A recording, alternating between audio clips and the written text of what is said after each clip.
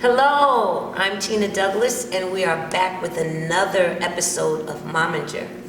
I am truly blessed. I'm truly excited, and I'm honored to have a very special guest here today. And my guest brought a guest. And I want to tell you a little bit about this gentleman. He happens to be the pastor of my church. He has been around for many years. We didn't start with him as our pastor. However, when he came to the church, he immediately became family. And I'll tell you why. At the time he was young, only 31 years old.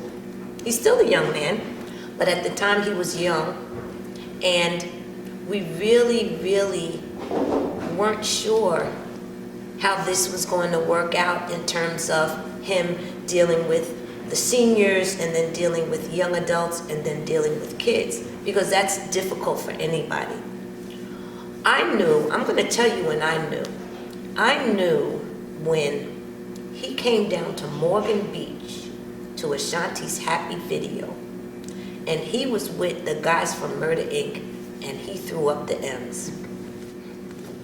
That was fire for a pastor to throw up the M's. He was down there rocking with us, and I'm like, he's a human being, he's a pastor, he delivers a message, and he's family, because he was with us every step of the way, whether it's a wedding, and rest in peace my dad, whether it's a funeral, whether I'm sick, someone in the family's sick, he's with us. And I'd like to, with no further ado, introduce you to our pastor, Reverend Roger C. Williams. Thank you, Tina. Thank you. This is a man that we are blessed to have in our presence. He has blessed our home. He has blessed us at church. My sister, who happens to be a deacon at the church, Deacon Cheryl Goodine, he helped her through that part of her life. And I'm just happy he's here to go into things that people do not know about him. For example, a lot of people know he's a dad, but a lot of people don't know how he has to juggle his schedule to be with some of the people at the church, to do his job, to do his sermons on Sunday. He's a political activist. He's part of the school system. Whenever they need help, he's always there. Martin Luther King Jr., we have a specific ceremony every January around Martin Luther King's birthday. So in terms of being active, he's like the bunny with the energy bunny with the batteries in his back. So Rev, tell us, and I call him Rev because he's my reverend, but he is our pastor.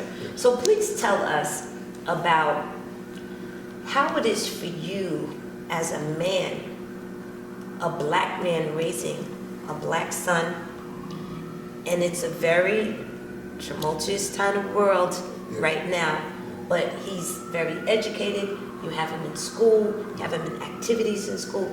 Tell us a little bit about what your schedule is like. Well, it's a tight schedule from day to day.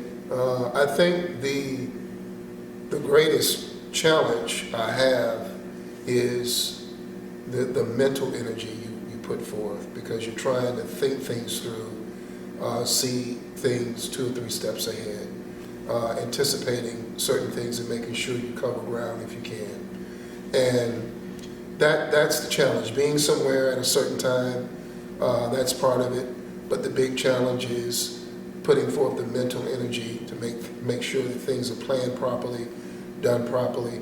And I'd have to say, like most parents, I'm not perfect in my endeavors to do what's needed. But every day you got to put forth the effort, because loving your child is one thing, but being there for their best interest is another thing. And so making sure that he knows I love him by providing in these things, but also making sure that there's a discipline. A discipline. That was going to be my next thing.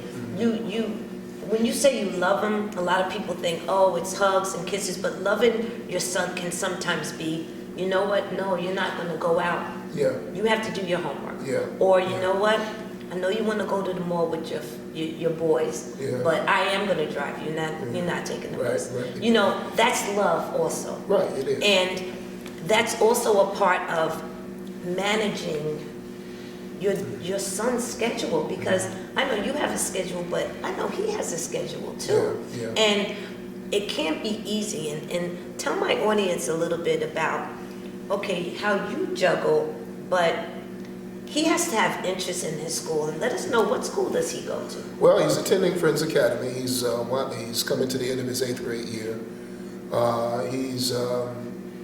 He's been involved in sports, football, basketball, lacrosse, just across the spectrum. And here recently, he just finished up several weeks of rehearsal, and then the culminating performance in the school's middle school play, which I was going to ask you, what yeah. was the rehearsal for? It was for the middle school play. They spent about maybe 3 to 4 weeks rehearsing after school.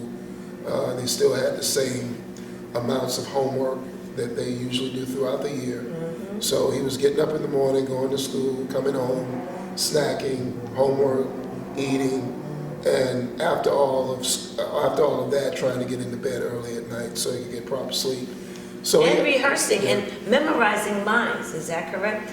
I'm going to come to you in a moment because I have some questions for you, but with all of that, getting ready for school, doing the homework, coming home, getting a snack, then somewhere in between, you got to memorize those lines because you got to be decent. But I understand he wasn't decent. I understand he killed it. He killed it. He was extraordinary. He was, and I know I keep repeating myself, but he was. And he knows I will stay on him about things. Dominic, you got to do this, you got to do that. I've been objective, I think, in knowing that's my child. I want to see him succeed, but at the same time challenge him. And be honest. And be honest with him, because my challenges are not just to be hard on him, but to, as a parent, being able to see his potential and challenge him to that potential, not just give him a pat on the back for a type of effort, but that effort has to be in line with his potential. Let me ask you something, because I found myself in this position. Our kids are different than us. Sometimes I think they're brighter sometimes. Yeah. And I know that every day that I have a conversation with either one of them, my girls, whether it's Ashanti or Shia, I learned something. Yeah. Do you learn from your son? Of course I different do. things? Of course I do. Yeah. I learn sometimes I tell him, sometimes I don't want to feel like I'm supposed to know that, you know? Yeah. But I'm proud of that because no, I don't know everything just because I'm a parent. Right. No, I didn't get a book. No, I make mistakes. I'm human. Right. But that doesn't change anything about the love that I have in my heart for my kids. Of And course. I'm sure that's how you feel. Of course. And, talking about learning from them, they're growing up in a different kind of social atmosphere that teaches them the truths that they hold dear. And you have to listen. And, you're listening to what they feel and think over and against the critical backdrop of your own socialization. Exactly. And you have to remember and believe that just like you were trying to get your mom and dad to understand certain things, they're trying to get you to understand certain things. And so it is a learning process because his mind is a serious mind, just like it's a mind that belongs to any typical 13-year-old. Yeah. But he's thinking seriously about the things going on around us. And to hear his perspective is, sometimes Takes you back. Yeah. Right? Yeah. And I'm going to say two more things, and then I want Dominic to speak. One of the things that I know that I tried to instill certain values in my girls was be a leader, not a follower. Right. Something as simple as that. Yeah. It could be in school, it could be at a club, it could be you're an adult or a young adult, it could be anywhere, but be the leader of whatever you're doing. Right. That's one thing. And the other thing is, try your hardest to love yourself first. Because if you can't love yourself, no one else is going to treat you the way that you treat yourself. Right. So if you treat yourself crazy, Yeah. people are going to treat you crazy. Right. You know? Right. And that was the second part of loving yourself. But I've always been a communicator and not a dictator. Right. And that's why I asked the question about, do you sometimes learn from your son? Of course. Because I learn from my daughters, and I don't mind telling people that I don't know everything. Yeah. I know a lot of things, but I don't know everything, and I could be wrong about something. So I'm not going to dictate to my girls just because I'm a parent. I'm not going to take upon this superiority thing that, oh, just because I said so. I never give that answer because I said so. Right. If I have something that I want you to do, there's no in between. You're going to do it. Right. And if we have a debate, I'm not going to say argument, if we have a debate, that's healthy. Yeah. So we're communicating. Right. But I'm not going to dictate, I'm going to communicate. And that has always helped me. And sometimes people do that without even realizing that they're doing it. Right. Right? Right. That's true. So Dominic, tell me a little bit about you and your interests. For example, are you interested in the acting? Do you plan to pursue it? Are you interested in sports? Do you like the school that you're at? And do you think that the school is pointing you in the right direction and giving you a foundation of where you want to start? I know that sounds like a lot, so I'll repeat it if you want, but tell me a little bit about Dominic.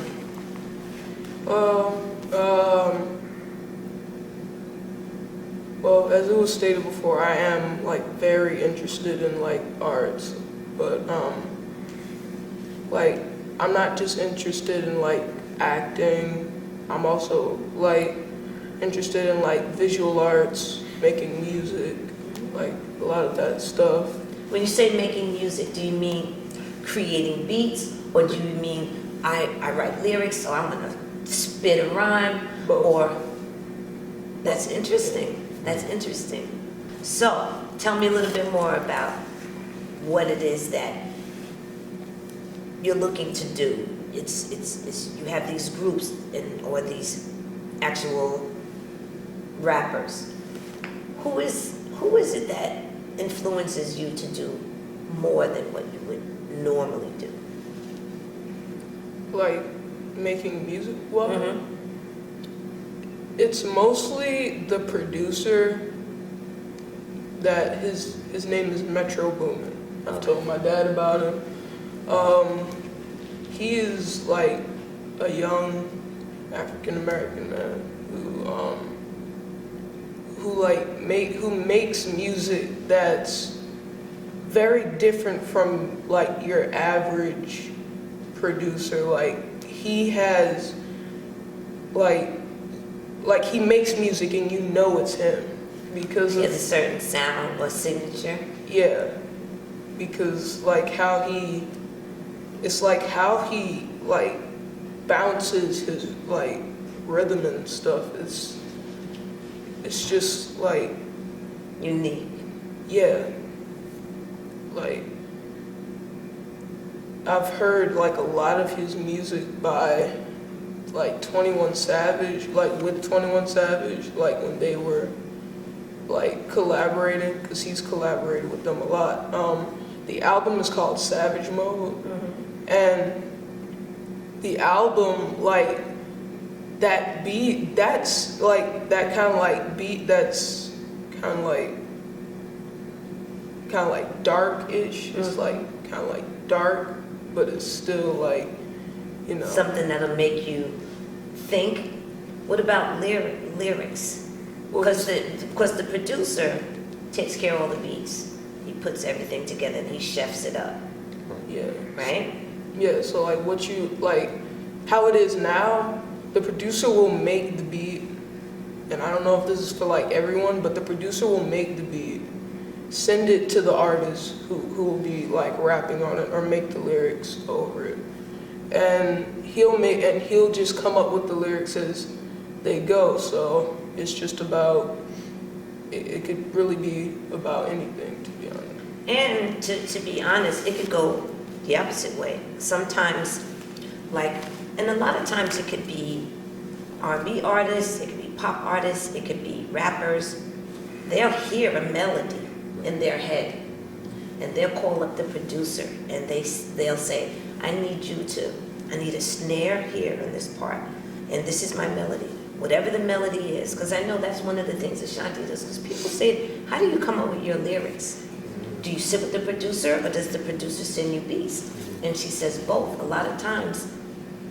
And this is one of the things that I'm proud of, and I'm seeing it in you, that you don't just listen to lyrics, you listen to music. And a lot of writers don't. They just hear melodies in their head. They'll go to the producer and say, I need this, and they'll sing it out. Yeah. And then the producer will start playing it on the keyboards. Yeah. And then he'll bring in additional instruments. Right. So sometimes that level of creativity comes into play. But a lot of times, you can sit back and you know, like you said, there's a signature that this particular producer has. And that's what you want. Now, one of the biggest producers Ashanti worked with, his name is Seven. And he's known for specific tones and instruments and sounds that he puts in his music that no one else has. So if you listen to Always on Time, if you listen to Don't Leave Me Alone, those are records that were created years ago, but as soon as you hear it, somebody will say, oh, that's Seven. Yeah. Okay. I know his beat just like you did. So you listen for sounds, you listen for that level of creativity, and you listen to see how it moves you and gives you some passion. And if that happens, that's a gift. Yeah. Yeah. Everybody doesn't have that, because some people just listen to the words. Yeah. They don't even care about the beat. I'm a dancer, or a former dancer, I should say.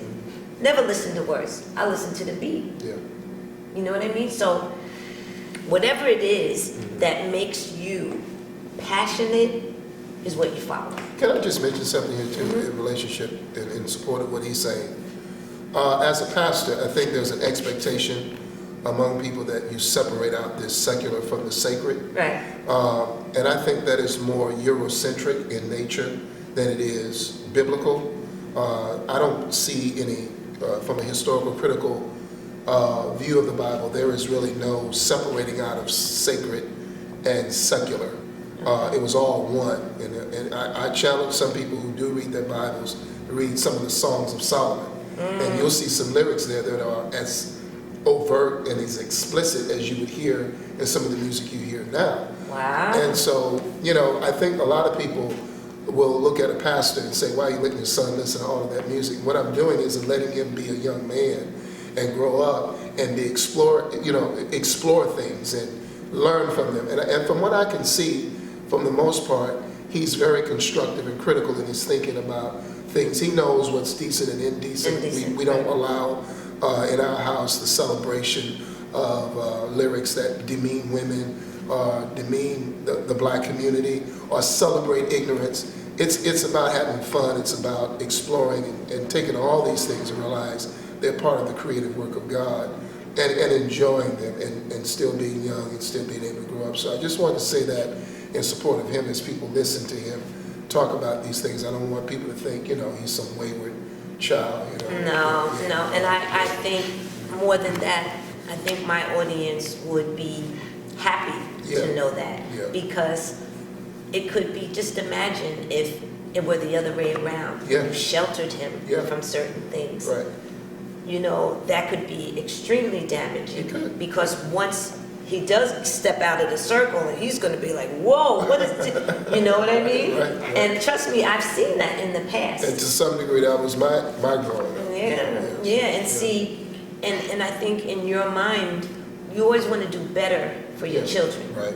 And you want to give them experiences Right. that you may or may not have experienced. And as much as you would love to say, oh, I did that, this is how this goes, you can't. Yeah. And you shouldn't, Right. because he has to experience things on his own Right. so that he can have a conversation with you, Right. so that you can say, oh, Yeah.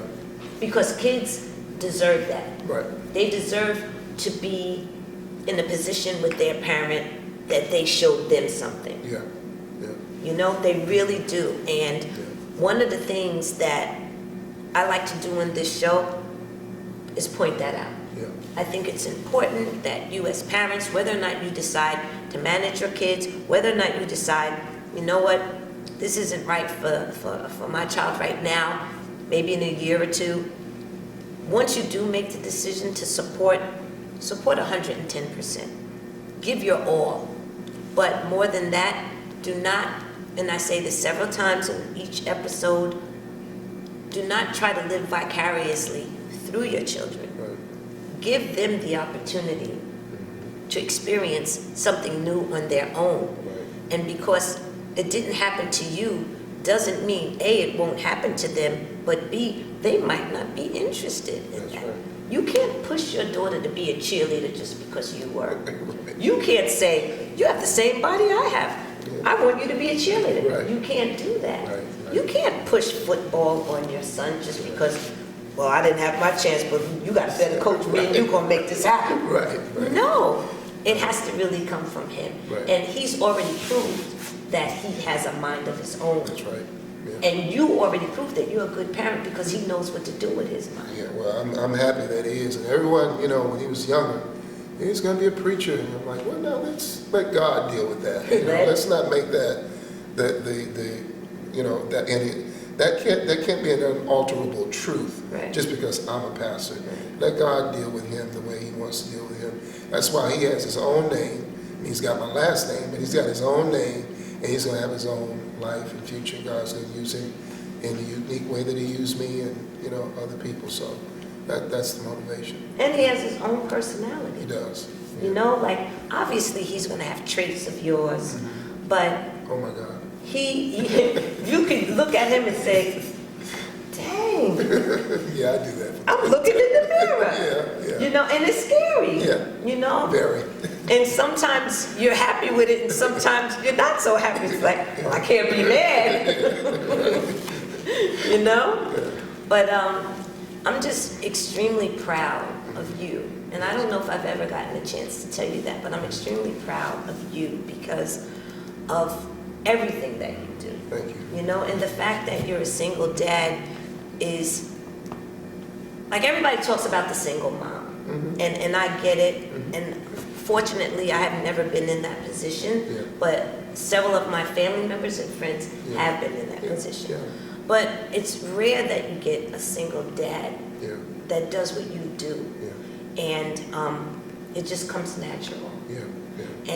And I think that whatever you bring to the pulpit, it's come so natural that you take care of it at home and it works. Yeah. And whatever works, Yeah. you stick with it, and it's working. Yeah. Right. At the end of the day, we're all walking the walk. That's right. And I didn't get a book, like nobody showed me what to do, but part of this show is to show or help show you what to do. You might find something in our conversation that helped you. Or you might be sitting with your child or your husband and say, you know what, I had no idea. Why don't we try it this way? Mm-hmm. So that's what this show is about. And Dominic, so tell us a little bit about your play that you just were in. There were some ups about the play. There were some downs about the play. A lot of downs about the play. That's okay. So the play was called, like, the best middle school show play ever written. And the reason being was because there were a bunch of middle schoolers who were supervised by past Friends Academy alumni, which, like, kind of, like, helped put together, like, helped write the plays. I was one of the people who helped write the plays. One of my skits was in the like combination. Now that's a beautiful thing. Now that I didn't know. Yeah. I thought you just performed, Yeah. but you helped write. And see, a lot of people don't know, even in the music industry, the behind the scenes, the writing, the producing, that's where the money is. Yeah. Like in the front, the glam and the glitz, that's fine. Yeah. But when you become an associate producer, an executive producer, when you look at the credits on this show, Yeah. you're going to see Ashanti's an executive producer, I'm an executive producer, Yeah. Shia. Yeah. Like, we all take part Yeah. in making this happen. Make it happen. Yeah. But the fact that your level of creativity has reached the point where you're writing, Mm-hmm. key. Your mom was saying that. That's big. That's big.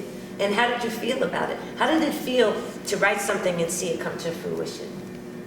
Well, like backstage, I kept seeing it, and mostly when like we performed it at night, there were three showings of the play. Nighttime, which was Wednesday and Thursday night, and Friday, which was like a whole matinee in the daytime where all my classmates could see it. So a different audience, so your classmates, you see, that's different, right? Yeah. Yeah.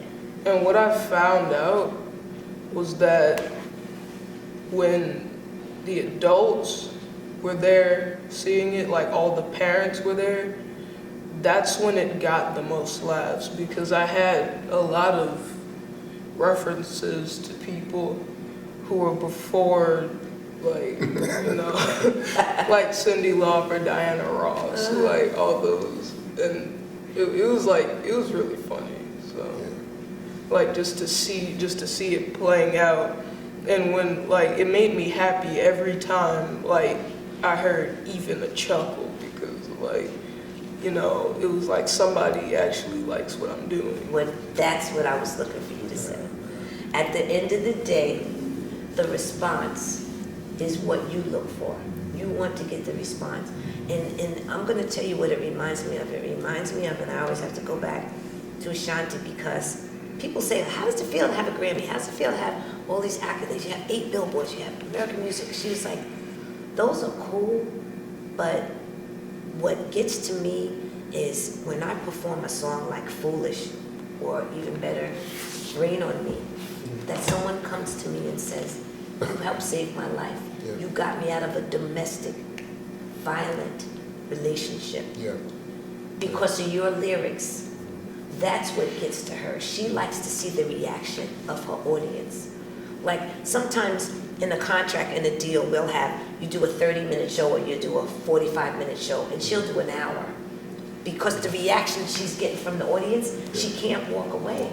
So that's what you remind me of. You remind me of, you like seeing the reaction to what you wrote. Your level of creativity is working. And and the fact that you were able to distinguish between the two audiences, the parent and then the kids. Because the kids, they sitting there like they might not have a clue. Yeah. But it had to make you feel good. Somebody got it. And the people that count were the ones that did.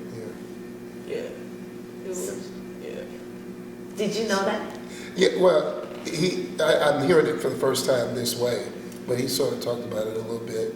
When I was there, of course, when the adults were there, I didn't attend the matinee performance, but the references were a little more advanced when it comes to the time frame. Right. He was stretching the young kids a little bit and making these references to Diana Ross and. Yeah, but it was something to stimulate the mind. Yeah. And you know what's going to happen? They're going to get the light bulb later on. Later on, yeah. Oh, that's what he was talking about. Dang. Yeah. I missed that. But that's okay, because it's all about your storytelling. Yeah. So audience, thank you very much for letting us come into your living room. Reverend Pastor, thank you very much for being here and sharing with your son. Thank you. And letting us in a part of your life that some people might not be able to see. Yeah. And sharing that to the extent where people might be able to see themselves through you too. Yes. That's what this show is about. So I have to give you a hug. Thank you. Thank you very much. Dominic, look how tall he is. 13 years old. Oh my God, I got these heels on and he's still taller than me. But thank you everyone for coming by to the MOMager show. And we will see you next episode in a few days, I'm hoping. Bye-bye. Say bye.